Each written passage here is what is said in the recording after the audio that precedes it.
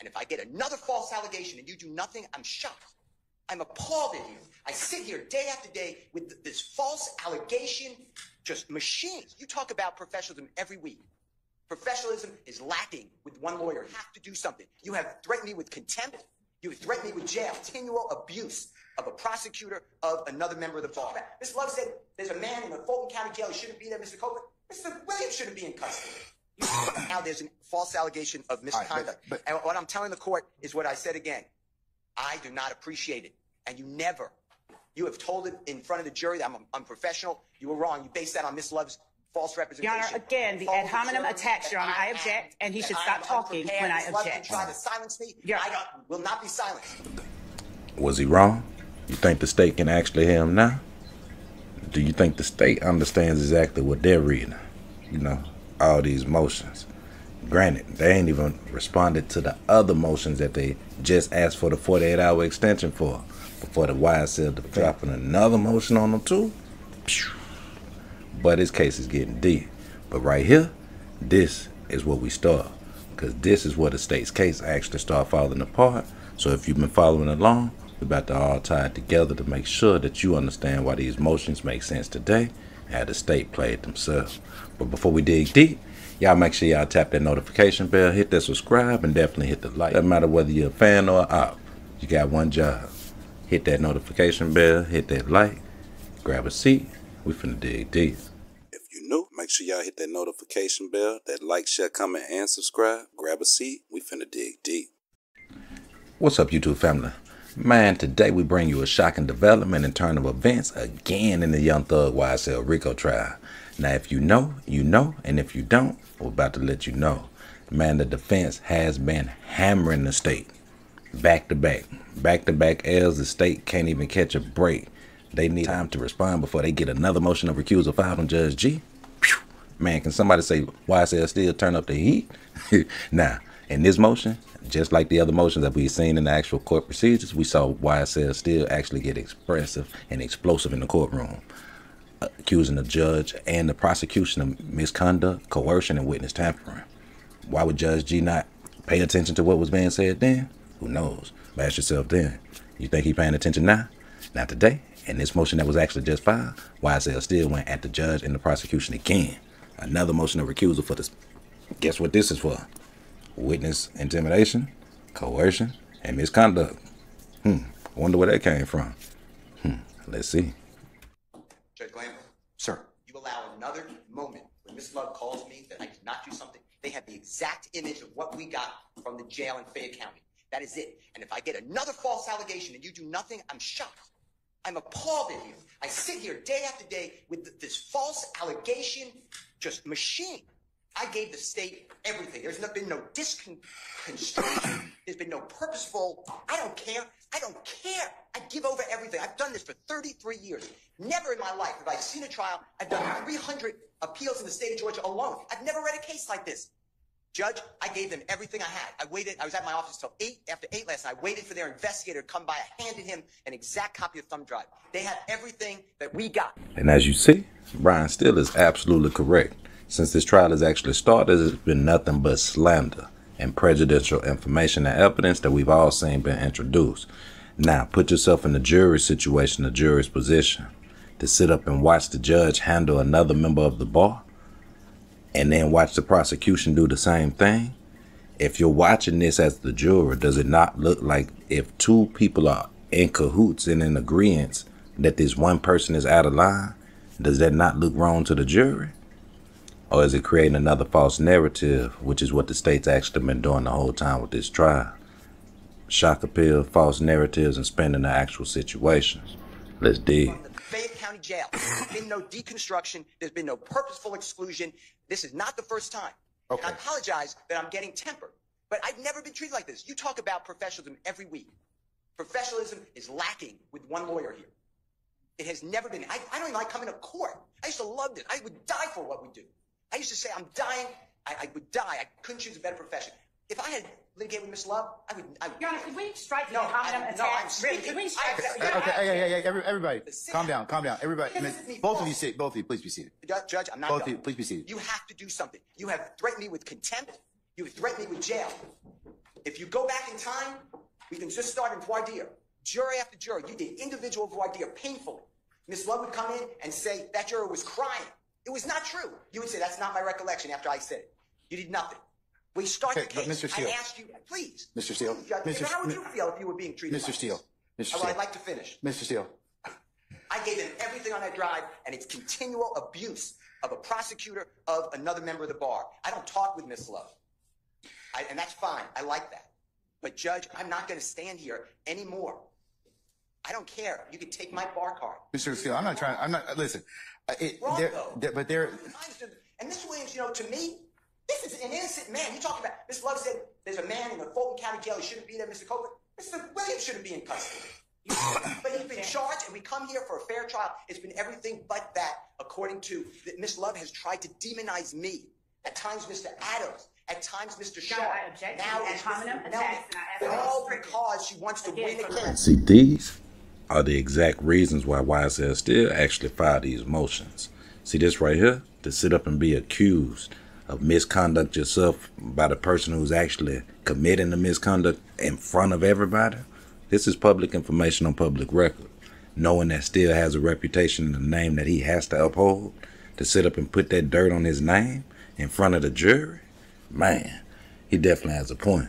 And not one time have I seen since this trial has started. We're in day 100 and whatever. And not one time have you seen yourself, the judge make the prosecution correct themselves, or the judge make the prosecution apologize. None.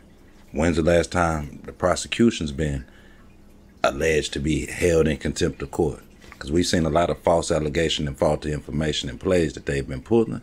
And ironically, is it coincidence that none of them have been putting those situations together like the Steele and the defense team have? Let that sink in. So if in my personal opinion, they've been in cahoots.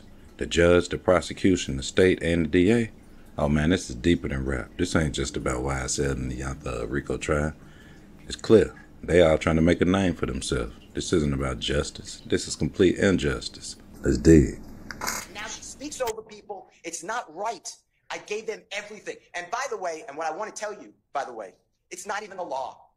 If they call that gentleman on direct, I don't have to give them anything before trial. I do it because you asked me to.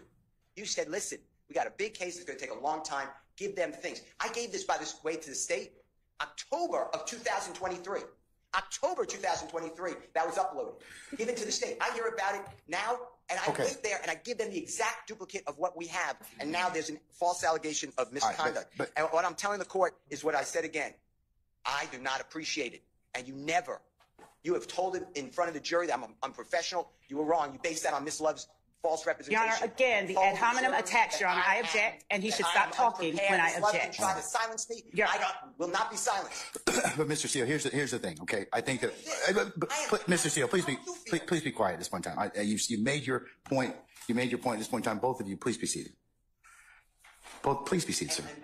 Sir, please be seated. Whatever you do is fine, but I care about Jeffrey Williams. Sir, it's obvious. I would expect no less because you're his advocate, you're his champion. But could you all please sit down so I can kind of figure out a solution for this? All right. So when it comes to prosecutorial misconduct, Steele claims that the prosecution has definitely been engaging in unethical practices, such as withholding exculpatory evidence and presenting false information in front of the jury. Now, this could definitely be a game changer if proven true, potentially even leading to a dismissal of the case altogether. Now ask yourself, have you witnessed the state's unethical practices, down to the defendants, down to the actual attorneys, even down to their own witnesses? Let's keep it G. And speaking of witness, YSL Steele also claims that the witnesses have been pressured into providing testimony that actually only align with the prosecution's narrative. Now, this coercion piece can definitely undermine the integrity of the trial, definitely making it impossible to distinguish the truth from manipulated statements. Has the state been pressuring their witnesses to actually manipulate statements that fall in favor of the state's narrative? Let that sink in. Now, also filed in Brian Steele's motion was a key piece right here, where it said Judge G was actually using his position of power and trust to obstruct justice, and he has violated his oath of office, while lawyer Hilton and Love actually sat mute. They violated their oath of office and ethical responsibilities to ensure a constitutional fair trial. So I had to ask, Have we actually all been witnessing manipulated statements coerced from the state? Crazy. And how do we honestly know whether we have or we haven't? Which actually leads us to our next piece that was actually filed in this motion, witness tampering. Now, Steele also alleges that the prosecution has definitely been tampering with the witnesses, potentially even altering their testimonies or intimidation. Now, ask yourself, have we seen any of the witnesses feel intimidated? Have we heard that word from any of the state's key witnesses that have been on the stand? Let that sink in. Now, that is actually a serious charge that could actually lead to severe consequences for those involved, including the state, prosecution, or even the defense. This is definitely a game changer that could significantly impact the entire trial. Now, even deeper, from the defense perspective or point of view, these allegations are not just legal tactics, but strategies that were utilized by the state and the judge to actually make sure the defendants did not get a fair trial. And the state actually gets a conviction. Did Judge G actually allow manipulation, coercion, and witness tampering to actually be used as a legal strategy or tactic for the state? And if that is the situation, it almost makes you question, how weak is this case? Have Judge G's actions based off his biasness actually created an environment where justice can't legally be served? And if the judge has actually legally sided with the state, ask yourself this, was that really the first ex parte? Now, when it comes to witness tampering, anybody remember this? Conversation. Your Honor, at some point, Your Honor, I'm sorry, I'm talking. Your Honor, I don't know why I am being interrupted. I will not stop. I was speaking. But you continually engage in this pattern of behavior, Ms. Love. You don't want to accept my ruling. Your Honor, and I know you're being an advocate, but at some point, stop. Just stop. I made my ruling. The problem is, he invokes, and then we don't know what goes on in the 45 minutes, but we come back afterwards, and at that point in time, you don't get to eat your cake, have your cake and eat it too. It's once he invokes, that's it. It's over. This court's opinion that once he invokes, you don't get another bite of the apple by taking him outside, softening him up, giving him a cigarette, some bonbons or. Let's talk about it. What exactly does this mean for the trial? Well, if the motion is granted, then it could lead to the removal of the current judge, which is Judge G, and possibly the entire prosecution team. Now, this would be a significant W for the defense. However, ask yourself this, if the actual case is reassigned to another judge in the jurisdiction, such as Judge Krause, are the YSL defendants still technically getting a fair trial or a reset? And speaking of the new judge, as of yesterday, the new judge has actually already moved fast, stepped down, and denied 2 motions that were filed by one, got his attorney, and another one that was filed by YSL Steele. So Judge Krause is playing no games. So as you can see, the judges definitely let the state just run wild with this case. Now, it's one thing to actually want to win a case, but it's another thing to go all out by any means necessary. To even expose your own witnesses just to get a conviction? Psh, man, this case is getting cold. But ask yourself this, what does this mean for the trial and what does this mean for the case? Well, if the motion is actually granted by Judge Krause to actually have Judge G removed from the case, that's considered a W for the defense. But on the flip side of that, if Judge G is replaced with another judge in the same building on the same branch, same level, ask yourself, is YSL still actually getting a fair trial, or is this just a temporary step to success? Man, this situation is getting overbearing, and every time we turn around, it's a new motion. But you definitely got to salute the defense for not falling out of the fight. Remember, these men are fighting for their lives, and the people that are actually judging them are biased in the situation. So are they getting a fair trial? Is it even possible at this point? Let's dig. Yo, stop what you're doing real quick. Hit that like button and subscribe to the channel. It's free. Hit the like button. Share the video. Hit the like button. Let's dig. So what's next with this case? Now, the new judge in the Supreme Court of Georgia will have to review these motions and decide whether to grant or deny the remaining motion. Now, this could lead to actual hearings, which could be a definite W for the defense. But also on the flip side, the longer the investigations and allegations, the further delay of the trial for Young Thug and all the YSL defendants. Now, to me, in my opinion, this is definitely a gamble, making the actual stakes higher with this case. Because imagine if everything goes right, Young Thug's a free man. But if it goes wrong, man, Now, we have witnessed several instances in this trial where the defense actually had an issue with the state over Brady or evidence that was not released to the defense. We can also tell that with the transcript that was released that there's information missing, and also YSL Woody was possibly manipulated or coerced by the state by giving him misinformation as far as being charged and not being charged. But luckily he's smarter than they thought. And if the state already knew, as we heard several times from the defense, that YSL Woody was going to plead the fifth, why let him take the stand? Was it strictly for shock appeal? And why would Hilton and Judge G misstate the law of perjury and give no promises of prosecution? Psh, man, did the state get caught trying to play with their hands in the cookie jar? Man, will this case actually expose corruption from the state? Or will a new judge be on the way to actually help seal these boys' fate? And not to mention, we're still waiting on the recusal response from the state. Will Young Thug and the YSL team actually be free any day? Or is this just another bigger play from the state? Will the Georgia Supreme Court actually allow Judge G and the state to manipulate evidence and coerce the witnesses just for a conviction? Now, as we wait for the judge's decision, one thing that's clear is that this trial is definitely far from over.